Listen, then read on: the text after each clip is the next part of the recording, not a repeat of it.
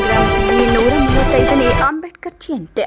ಚಿಕ್ಕಬಳ್ಳಾಪುರ ಜಿಲ್ಲೆ ಚಿಂತಾಮಣಿ ಯಗವಕೋಟೆ ಗ್ರಾಮದಲ್ಲಿ ಚಿಂತಾಮಣಿ ತಾಲೂಕು ಮುರುಗಮಲ್ಲ ಹೋಬಳಿಯ ಯಗವಕೋಟೆ ಗ್ರಾಮದಲ್ಲಿ ಬಾಬಾ ಸಾಹೇಬ್ ಡಾಕ್ಟರ್ ಬಿಆರ್ ಅಂಬೇಡ್ಕರ್ ರವರ 135ನೇ ಜಯಂತಿ ಹಾಗೂ ಬಾಬು ಜಗಜ್ಜೀವನ್ ರಾಮ್ ರವರ ಜಯಂತಿಯನ್ನು ಅರ್ಥಪೂರ್ಣವಾಗಿ ಆಚರಿಸಲಾಯಿತು.